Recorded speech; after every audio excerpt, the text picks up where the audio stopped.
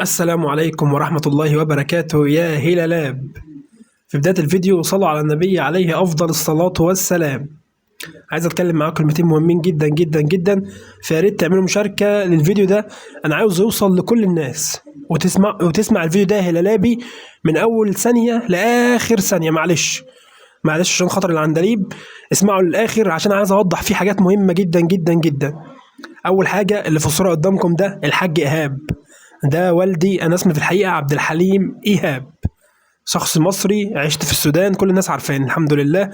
عايز اتكلم بس معاكم كلام مهم جدا جدا جدا، فريت تسمعوني للاخر. اول حاجه، اي حد كنت عامل له بلوك، انا فكيت لك البلوك يا حبيب قلبي، فكيت لكل الناس البلوكات اللي انا عاملها، ومش عايز ادخل في جدال ولا عايز ازعل اي حد مني خالص الفتره الجايه، خصوصا ان احنا داخلين على رمضان. اللي في الصورة قدامكم ده والدي، علمني التسامح، علمني الطيبة، علمني الصبر، علمني ان انا ما ازعلش من اي حد، علمني في الاول في الاخر ان دي كورة. الكورة يعني دايما ممكن يكون رأيك صح وممكن يكون رأيك غلط، ممكن يكون معلومتك صح وممكن يكون معلومتك غلط، ففي الاول في الاخر كورة. ما تشتمش حد، ادخل للحد ده انصحه، اتكلم معايا كعندليب انصحني، قول لي يا عندليب انت بتعمل واحد اتنين تلاته غلط عادي، قول لي يا عندليب انت بتظهر كتير، قول لي يا عندليب انت بتعمل كذا، يا عندليب انت بتعمل كذا، عادي هسمع، والله هسمعكم، والله العظيم ثلاثه هسمعكم، وهكون مبسوط جدا جدا جدا بكلامكم. انت بتنتقدني عشان مصلحتي، بتنتقدني عشان بتحبني، مفيش مشكله. في ناس طالعه تتكلم وتقول ان المصريين بيكسبوا من ورا الهلال ومرتزقه والكلام ده. طب انا في فيديو منتشر ليا وانا بتكلم عن النصر، وانا بتكلم عن الرجاء، وانا بتكلم عن الشبيبه، وانا بتكلم عن ريال مدريد، وانا بتكلم عن كل الفرق، والحمد لله ابويا معلمني الحب. اي حد بيقول في حق كلمه طيبه بحبه في الله، اي حد بيتكلم عني بشكل كويس جدا بحبه.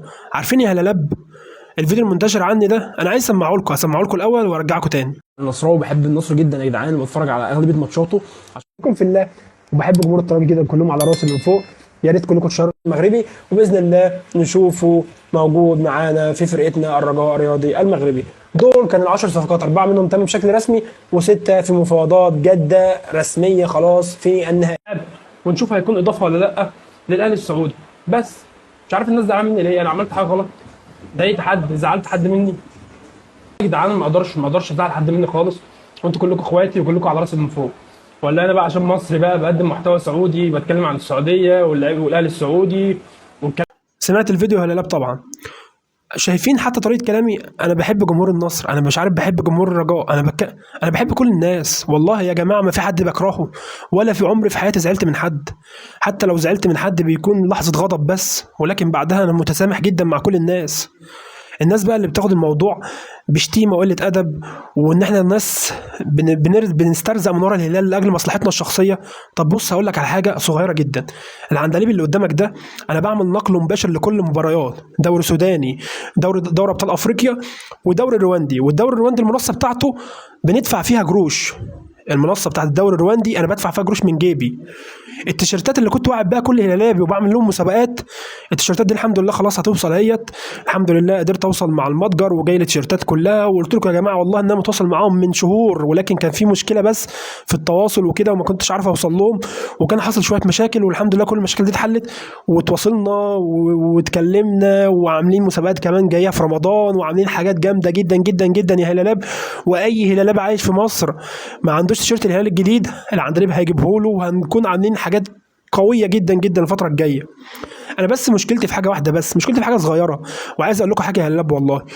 عارفين يا هلاب لما كنت بعمل محتوى عن النصر وعن المغرب وعن الجزائر وعن كل الفرق دي، والله يا هلاب، وكنت بعمل لهم بث مباشر كمان، ما كنتش بظهر، ولما كنت بظهر بس في فيديوهات عشان بس ايه، طبعا اليوتيوب، انا عمري ما اشتغلت على الفيسبوك على فكره، عمري ما اشتغلت في حياتي على الفيسبوك غير الهلال فقط، ولكن ظهوري كان دايما على اليوتيوب، عشان خاطر من شروط اليوتيوب ان انت لازم تظهر بوشك عشان اليوتيوب يخليك تحقق ربح. فانا كان غرض الاول والاساسي ان انا احقق ربح. والله يا هلالاب، والله ثم والله ما بحلف بالله كذب، اقسم بالله انا كنت بكسب من المحتوى ده آلاف الدولارات، من النصر ومن السعوديه، دي السعوديه ارباحها قويه جدا، ومن الجزائر من المغرب. انا سبت كل ده عشان خاطر الهلال، والله العظيم ثلاثة سبت كل حاجة عشان خاطر الهلال. لما العندليب قال لك أنا جاي عشان أخدم البلد وأخدم الهلال، أنا أصلا ما كنتش عامل محتوى كورة، انا عن السودان عموما. انا يعني الغرض الاول والرئيسي، بما اني عشت فيها 3 سنين وعايز انقل صوره كويسه عن الشعب وعن صناع المحتوى وعن الناس وعن البلد، وعايز اتكلم عن البلد بشكل كويس جدا. ما كنتش داخل عشان اعمل كوره. انا كنت عايز ادخل، عايز ان انا مثلا لما البلد ترجع ان شاء الله، ارجع تاني انا كمان واصور الولايات دي والمناطق دي والمناطق دي، واتكلم عن البلد بشكل كويس، او اخلي حد يصور لي واطلع انا اتكلم بشكل كويس. حد يصور لي من البلد وانا اطلع اعمل فيديو اتكلم عن البلد بشكل كويس، وده كان غرض الاول. ولكن زي ما حكيت لكم قصتي اللي خلتني اشجع الهلال، هو حب الناس الكبير جدا للهلال وشغفهم لدى الهلال، هو ده اللي خلاني اشجع الهلال. يعني انا شفت ملايين الناس بيحبوا حاجه اسمها الهلال وانا عايش في السودان، وعندهم شغف كبير جدا، والالتراس وي وي وي والكلام ده كله. ولو كنت موجود في الاستاد وشفت بنفسي وبعناية الاثنين دول المباراة 2020، مباراة الأهلي والهلال في الجوهرة الزرقاء، أنا كنت حاضرها. المباراة اللي انتهت 1-1، عبد الرؤوف يعقوب روفة الجون اللي حطه روفة. المباراة اللي انتهت 1-1 أنا كنت موجود في الاستاد. المباراة دي أنا شفت شغف للجمهور الهلال، هو ده اللي من لحظتها وأنا عندي الشغف. بس أنا عندي الشغف إن في فرقة عظيمة اسمها الهلال. حبي للهلال وتشجيعي بقى ليه بدأ في الدوري الموريتاني. ما كنتش لسه عملت صناعة محتوى أصلا، أنا عملت صناعة محتوى في الفترة الأخيرة. يعني في الفترة الأخيرة بس أنا ظاهر أنا ما كملتش لحد دلوقتي سنة، ما كملتش السنة أو أقل من سنة في صناعة المحتوى. فاللي عايز اقوله لكم ان انا والله، يعني الناس بتقول لك ان انتم مفضلين مصلحتكم الشخصيه على الهلال نفسه. انا لو مفضل مصلحتي الشخصيه على الهلال هدفع من جيبي حق التيشيرتات وعشان اجيبها لكل مشجع هلالي، حلو. هدفع من جيبي لمنصه الدوري الرواندي عشان اعمل بث مباشر. هتقول لي انت بتستفاد من ورا ده، يعني انت بتعمل بث مباشر للناس وفي نفس الوقت بتاخد جروش للبث المباشر ده مظبوط حقيقي. انا فعلا باخد جروش للبث المباشر. الشغل اللي في البدايه اللي اتكلمت عنه على اليوتيوب انا كنت باخد عليه جروش، بس انت سالت نفسك انا باخد عليه جروش ليه؟ انا باخد عليه جروش عشان يا حبيبي انا شخص مجتهد وبتعب وبشتغل عشان خاطر اجيب فلوس اصرف عليها على كليتي. الناس اللي ما تعرفش يا جماعه هفضل اقولها لكم بدل المره مليون، انا طالب، والله طالب طالب طالب طالب، انا طالب في كليه الطب. مش هقول كلمه دكتور عشان الناس بتزعل مني. فشغلي زمان ده باخد عليه جروش. وبدات اصلا موضوع اليوتيوب عشان اكسب من اليوتيوب فلوس، والفلوس اللي بتجيلي باخدها وبستخدمها في دراستي، بس بصرف على نفسي والكلام ده. لما دخلت الهلال الناس مفكره ان انا داخل عشان برضو اكسب من ورا الهلال. هكسب من ورا الهلال ايه والله العظيم؟ طب بص كده، في فيديو حاليا دلوقتي، في صوره هتظهر قدامك دلوقتي، ده فيديو لجان كلود. الفيديو ده جايب 1,000,000 وشويه، ما جابش غير $3. والله ربحي من خلال الهلال بسيط جدا جدا. والربح ده حتى لو خدته ليا، يعني ما بيجيبش حاجه. والله العظيم يا جماعه، والله ربح الهلال ما بيجيب حاجه. والله ربح الهلال ما فيش فلوس كتيره زي ما انتم فاهمين. الفلوس اللي بتجي لنا دي والله العظيم 3 بستخدمها المواصلات، اللي بقى انا ما عنديش عربيه لسه، بستخدمها في المواصلات اللي بصرف بقى على نفسي. لان انت عارفين انا طالب، بروح واجي وبركب مواصلات وبركب ركشه زي ما كنا بنقولها في السوداني. عندنا هنا اسمها توك توك. بركب عربيات ميكروباص عادي، ما جبتش لسه عربيه. فعادي، مش حاجه تعبني ان انا اقول كده. انا لو عايز ارجع اكسب تاني، ما انا عشان ارجع اشغل قنوات، والقنوات دي موجوده، والفيديوهات اللي هو الشخص ده قصصها لي، يعني ربنا يهديه الشخص الطيب المحترم ده اللي قصص الفيديو ده، ساب كل حاجه وقصص لي بس الكلمه ان انا بحب الجمهور وان انا الناس طردوني فين يا ابني؟ انا ممكن ارجع اعمل محتوى تاني واتكلم عن الناس دي تاني وما اظهرش بوشي برضه تاني عادي، واعمل لايفات عنهم تاني ومحدش يقول لي انت هل حد ليه حق ان هو يقول لي انت بتعمل كده ليه يا ابني؟ ما دي حاجه تخصني انا، اقدر اكسب واعمل اللي انا عايزه براحتي. بس انا والله بحترم الجمهور ده وبحترم البلد دي، وانا اصلا جاي عشان خدمه. يعني انا جاي اعمل خدمه. يعني واحد جاي يعمل خدمه يزعل الناس منه؟ بالعقل كده، واحد جاي يعمل خدمه يزعل الناس منه؟ يعني كلام غير منطقي، والله العظيم كلام غير منطقي. عشان كده وقفت كل الحاجات دي، ما كنتش بنزل محتوى على اي حاجه غير الهلال والسودان فقط، الهلال والسودان.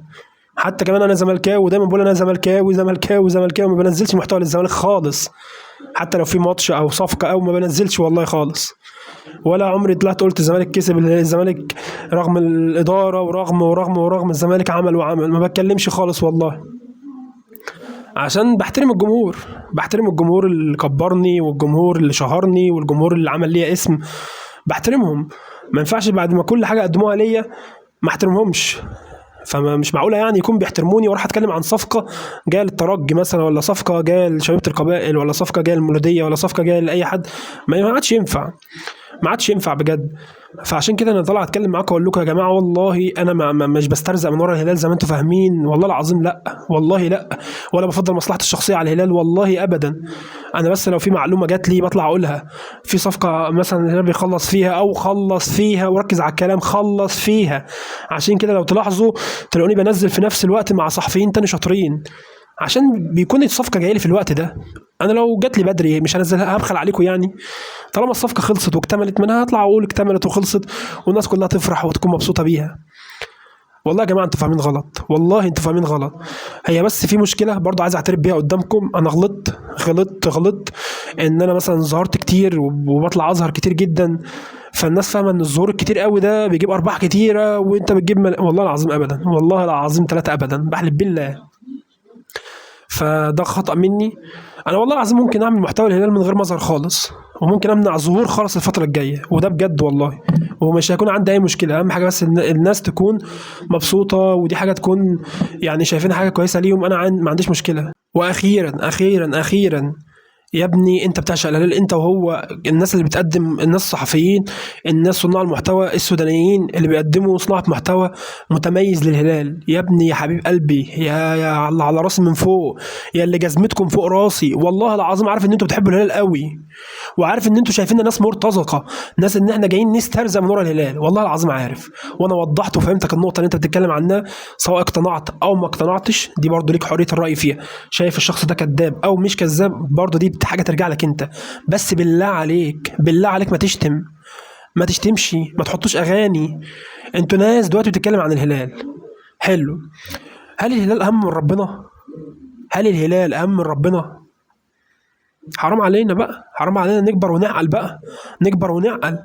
ما تطلعش تشتم واحد مثلا وتخوض في عرضه وتشتمه وانت شخص نصاب وانت شخص، يا عم انتقد محتواه. انت يا عم هو بيكسب 100,000 دولار. اقول لك على حاجه يا عم، مفيش حد فينا بيشجع الهلال، احنا جايين نكسب من ورا الهلال وبنكسب مليون دولار من ورا الهلال. هل ده بيضايقك انت في ايه؟ هو احنا طلبنا حاجه من الجمهور؟ نصبنا على الجمهور؟ نصبنا على الناس اللي بتتابعنا في حاجه؟ انا بكلمك بالعقل اهو، نصبنا على الناس اللي احنا بيتابعنا في حاجه؟ لا، عمرها ما حصلت. بطلع اغني وارقص وبنقل لهم حاجه مش حقيقيه، حاجه نصب؟ لا. هل وانا بعمل نقل مباشر للمباراه بحط فريق غير الهلال؟ لا. هل بخدع حد؟ لا. طب ما ده كل الاجابات لا. انت متضايق انت ليه؟ انت كارهني كمصري؟ ماشي يا عم، ليك الحريه واكرهني كمصري، اكرهني والله، مش هقول لك حاجه يعني.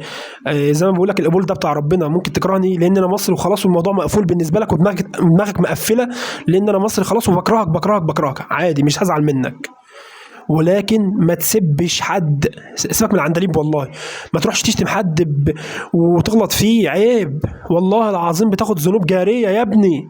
ما تنزلوش اغاني، الاغاني حرام، بتاخد ذنوب جارية عليها.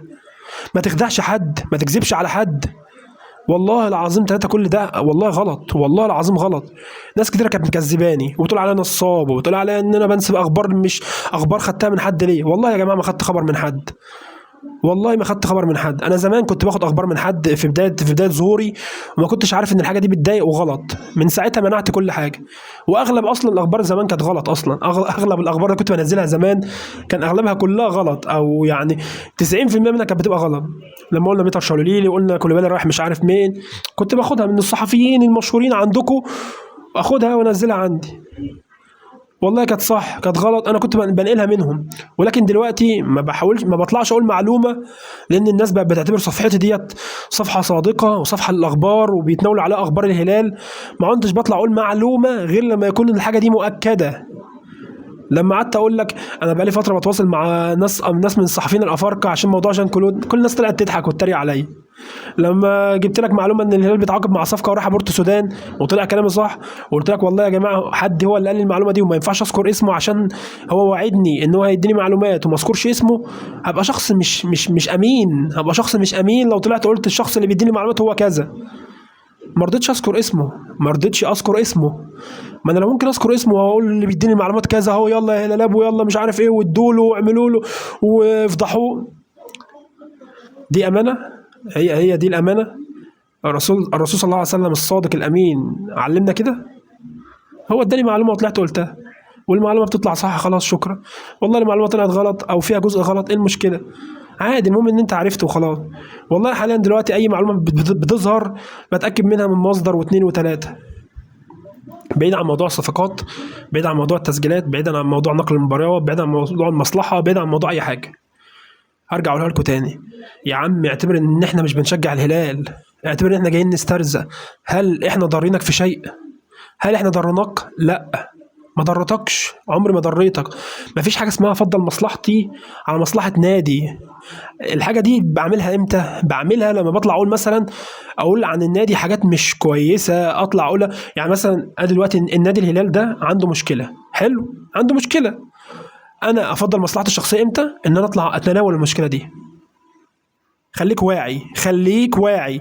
انا اطلع اتكلم عن مشكله تخص ناديه، يبقى انا واحد مصلحنجي. عشان كده لو تلاحظوا تلاقي جماهير المريخ كلها بتتضايق مننا. انتوا عمالين تقولوا ده احسن نادي في القاره واحسن نادي في العالم وجمهوره ناس وجمهوره عظيم وعاملين تطبلوا وتطبلوا. يا ابني ما طبيعي ان انا اطبل، ما نادي بحبه. افهم يا حبيب قلبي يا مرخاب انت كمان، عشان انت دخلت في القصه دلوقتي، يعني جيت على بالي دلوقتي قلت اما اذكرك دلوقتي، جيت على بالي قلت اما اقول. طبيعي يا حبيبي، طبيعي ان انا اشكر في النادي اللي بحبه، وطبيعي ان انا اطبل له، وطبيعي ان انا اتكلم عنه بشكل كويس، طبيعي ان انا اقول عنه كل خير. وحتى لو في مشكله مش هطلع اتناولها. انا لو تناولت مشكله بتخص الهلال ابقى انا شخص مصلحنجي. انتوا ليه مش فاهمين يا جماعه؟ والله العظيم انتوا ما فاهمين، في حاجات كتير قوي مش فاهمينها. اخر حاجه بقى عايز ارد عليها، يعني عندليب انت بتخدم البلد في شنو؟ بص يا حبيبي، لما يكون انا بنقل يعني بنقل محتوى الهلال بصوره كويسه، وبتكلم عن البلد بصوره كويسه، وبقول انا عشت في البلد دي وليا الشرف ان انا عشت فيها، وفي الاول وفي الاخر انا كشخص يعني طالب بكليه الطب، كلها كام شهر، يعني شهور قليله جدا واتخرج واخدم البلد دي برضه كدكتور. انتوا فاكرين ان هي هتخلص لحد هنا؟ او فاكرين الموضوع كصناعه محتوى والعندليب خلاص وقف عند صناعه المحتوى؟ ده في احسن مني مليون مره في صناعه المحتوى، مليون مره في صناعه المحتوى احسن مني مليون مره. الموضوع ما وقفش هنا، الموضوع ما وقفش هنا، فهموا كلامي. الموضوع ما وقفش هنا. انا في الاول وفي الاخر بتعب وبذاكر. والله انا بخلص الفيديوهات دي واروح اذاكر، امسك ورقه وقلم على طول، تلاقي جنبي في المكتب، انا قاعد على المكتب على طول ورقه وقلم جنبي وقاعد بذاكر وبكتب وبعمل. عارف بذاكر ليه؟ عشان تفتخروا بيا، تقولوا ان الشخص ده اللي كان موجود في جامعه الشيخ عبد الله البدري في بربر في السودان، اللي اتخرج من جامعه مصريه، الشخص المصري السوداني اللي كان عايش في السودان، الشخص الاصيل ده اللي بقى دكتور، ده ولدنا، ده ابننا، ده احنا نخدمه بعينينا، وانا اخدمكم بعينيا. والله يا جماعه هفضل اقول لكم تاني وتالت وعاشر ومليون، العندليب ما غرضه غير حاجه واحده بس، حب الناس. شكرا. انا كده كده ميت، افهموني بقى، كل مره بقولها، كده كده انا ميت، هموت والله العظيم هموت. انا اصلا والله يا جماعه احيانا بصور وانا عندي مشكله في الرئه وفي التنفس عندي كمان، فالله اعلم اصلا ممكن افضل عايش معاكم لحد امتى. كده كده هموت يا جماعه، افهموا، افهموا. مش عايز يتذكر مني غير السيره الطيبه، مش عايز يتذكر مني او من العندليب ده غير ان هو كان شخص كويس وبيحب الناس وبيحب كل الناس والناس كلها كانت حباه بس. مش عايز من اي حد اي حاجه غير حب الناس. والله العظيم ما عايز منكم حاجه، والله ولا عمري طلبت من حد حاجه، واي حد بيطلب مني شيء بخدمه بعيونه. انا لما طلعت في طالب تواصل معايا وكلمني عشان مساعدات شخصيه، والراجل ده كان محتاج فلوس والكلام ده، عملت له فيديو. الفيديو ده اتاخد عليا ان انا واخد الفلوس دي ليا، من كميه سوء الظن وكميه الحاجات الوحشه اللي ظهرت الفتره الاخيره. بقيتوا شايفين الناس كلها وحشه. عارفين يا جماعه، لو شخص طلع بيرقص او بيغني او بيطبل، او واحده طالعه بترقص او بتغني، كان زمانكم دلوقتي كله عمال يسقف لها الله، وكله مبسوط بيها وكله فرحان. لكن شخص بيقدم محتوى كويس، شخص ما بينزلش اغاني في محتواه، شخص بيحب الناس، شخص الناس كلها بتحبه، يعمل محتوى للناس ويبقى حاجه جميله. لا، احنا كصناع محتوى سودانيين نطلع ننتقده، نطلع نتكلم عنه بشكل مش كويس. احنا كصحف سودانيه نطلع نديله ازاي مصر يكون ناجح على قفانا، ازاي مصر مش عارف ايه، اديله ناس صحفيين، ازاي مصر يجيله اخبار، اديله. انا عايزكم يا جماعه تفهموا بقى حاجه اخيره، احنا في الاول وفي الاخر لازم كلنا نكون اسره، ونكون كلنا بنتكاتف من اجل الهلال. اللي احنا بنعمله ده والله كله غلط، والله العظيم كل اللي احنا بنعمله ده غلط، والله كل ده غلط. ده يطلع يزرع عشان مصلحته، وده يطلع يزرع عشان مصلحته، ده يطلع يتكلم عشان مش عارف ايه، وده لا يسافر وده ليه ما يسافرش، وده ليه يعمل وده ما يعمل. كفايه بقى، كفايه بقى بجد، والله والله كفايه كفايه والله. وخلينا كلنا بقى نبص لمصلحه النادي شويه، كل واحد له رزقه. ده سافر نقول له الف مبروك ونفرح له، ده قاعد وبيقدم محتوى كويس ندعمه، سواء مصري سوداني. والله يا جماعه انا الفتره الاخيره بفكر ان شاء الله باذن الله اي حد محتاج دعم، اي حد محتاج دعم مني على صفحتي، بيحلل كوره، بيتكلم عن السودان، بيتكلم عن الهلال، بيقدم محتوى سوداني محترم وعايز دعم، انا اول واحد ادعمه، والله اول واحد ادعمه هو انا. حد مثلا عايز يعمل اي حاجه يعني مشروع رزقه، مشروع رزق جاي له، او فتح مشروع ولسه فاتحه وعايز الناس تعرفه والكلام ده، وانا اقدر اقدم اضافه ليه، والله لا اطلع ادعمه ومن غير قروش. عشان بس الناس فاهمه ممكن اخد فلوس على الاعلانات دي، ممكن اخد فلوس على الاعلانات دي عادي برضو من حقي، ولكن انا بقولها لك اهو من غير قروش خالص. اتكلمت معاكم كتير والفيديو طول قوي، بس يعني كنت عايز اقول الكلام ده، والكلام ده كان في قلبي، فيا رب تكونوا بتسمعوه للاخر.